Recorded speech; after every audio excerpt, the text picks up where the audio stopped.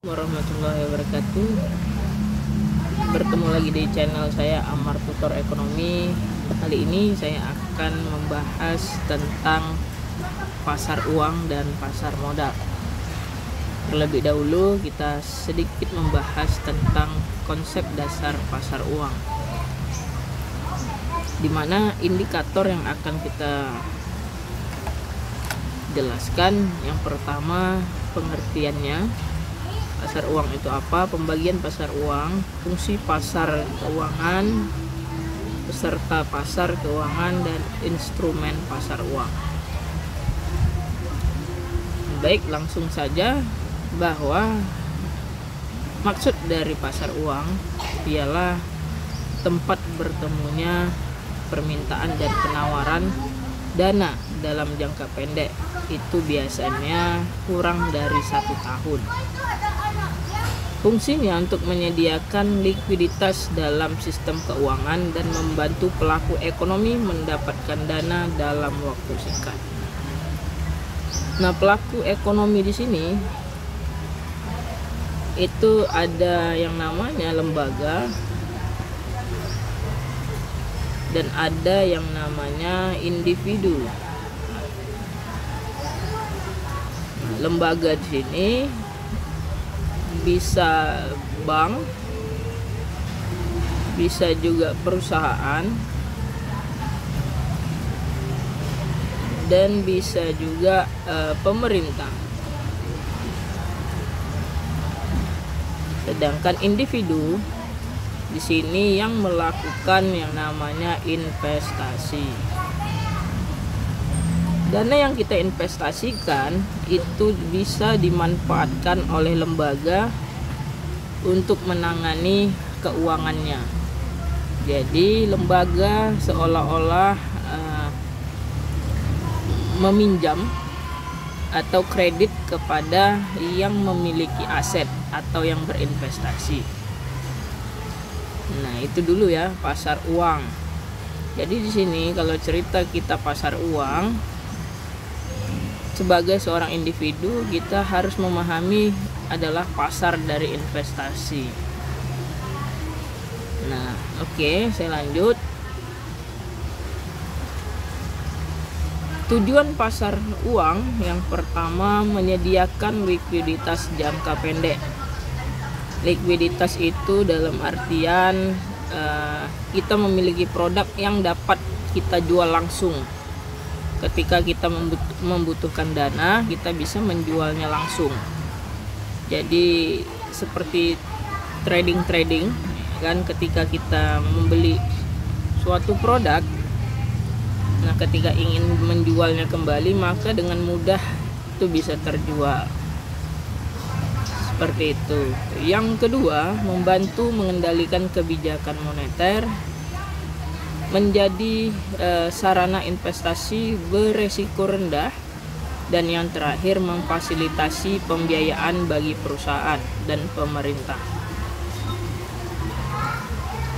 Nah, adapun yang namanya pembagian pasar keuangan, yang pertama kita lihat dari sisi jangka waktu transaksi. Nah, bahwa pasar uang itu jangka pendek.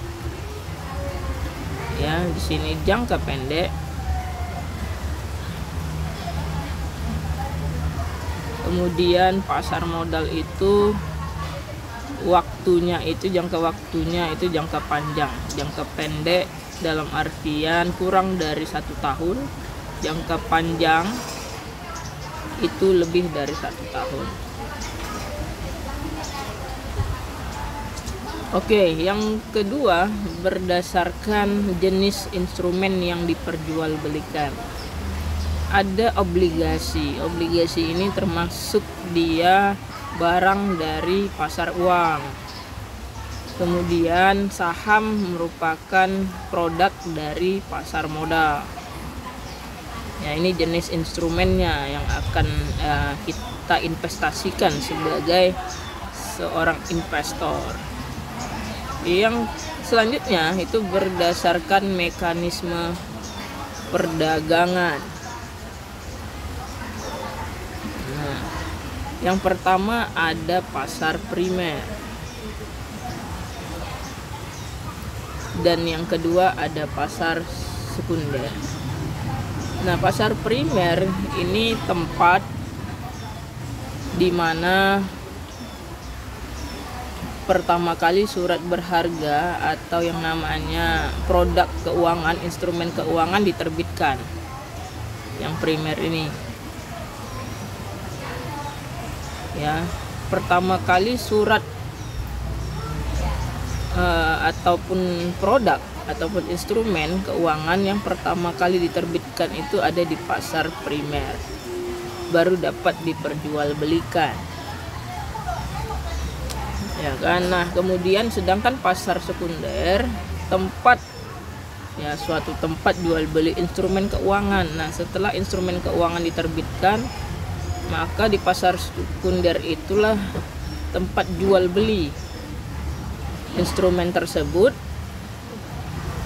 kepada perusahaan-perusahaan lain, ya kan.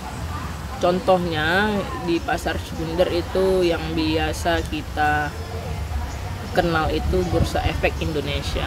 Nah, itu pasar sekunder di mana instrumen yang sebelumnya sudah ada itu dijual belikan di sana. Nah, gitu ya kan. Kemudian ada berdasarkan lokasi dan struktur pasar, di mana ada 3 di situ. Pasar tradisional, di mana kalau kita jelaskan pasar tradisional itu pasar keuangan yang memiliki lokasi fisik, di mana transaksi dilakukan secara langsung antara pembeli dan penjual melalui dealer, ya kan. Kemudian pasar elektronik. Nah, yang namanya pasar elektronik itu kita bisa paham karena yang suka berinvestasi pasti tahu itu, ya. Ini merupakan tempat pasar keuangan yang menggunakan sistem elektronik yang mempertemukan pembeli dan penjual. Contohnya apa? Kayak trading, ya kan, kayak platform saham gitu dan sebagainya, apa namanya, Indodax dan seterusnya. Kemudian yang ketiga pasar over the counter, OTC market. Nah, ini pasar keuangan yang memperdagangkan instrumen keuangan secara langsung antara dua pihak tanpa melalui bursa terpusat. Contohnya pasar valuta asing, pasar obligasi perusahaan langsung, ya kan. Nah, itu ada pembagian pasar keuangan. Nah, apa saja fungsi pasar uang dalam perekonomian? Pastinya yang pertama memfasilitasi transaksi jangka pendek seperti pembayaran antar bank dan perusahaan. Kedua, menyediakan mekanisme bagi perusahaan dan pemerintah untuk mendapatkan pendanaan jangka pendek. Yang ketiga, itu menyalurkan dana dari surplus ke sektor-sektor defisit dan dapat mendorong pertumbuhan ekonomi. Dan yang terakhir, membantu dalam mengatur likuiditas sistem keuangan, menjaga stabilitas ekonomi. Nah, itu fungsi dari pasar uang yang berkaitan dengan kondisi ekonomi, saudara.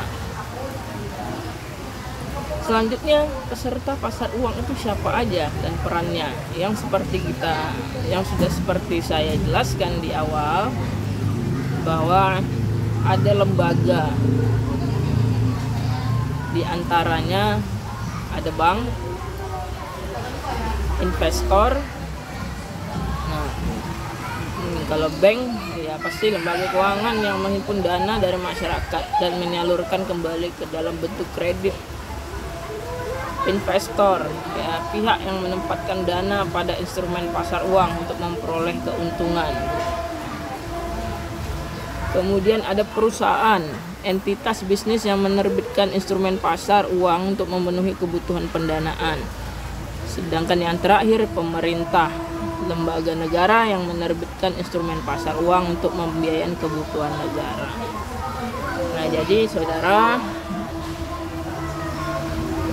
ada 4 pelaku ekonomi yang di dalam pasar uang. Jadi perusahaan pemerintah ini meminjam uang atau bertransaksi kredit dengan menggunakan dana investor, maka semua lembaga yang meminjam kredit itu akan membayarkan bunga, maka investor itu selalu mendapatkan bunga dari kegiatannya.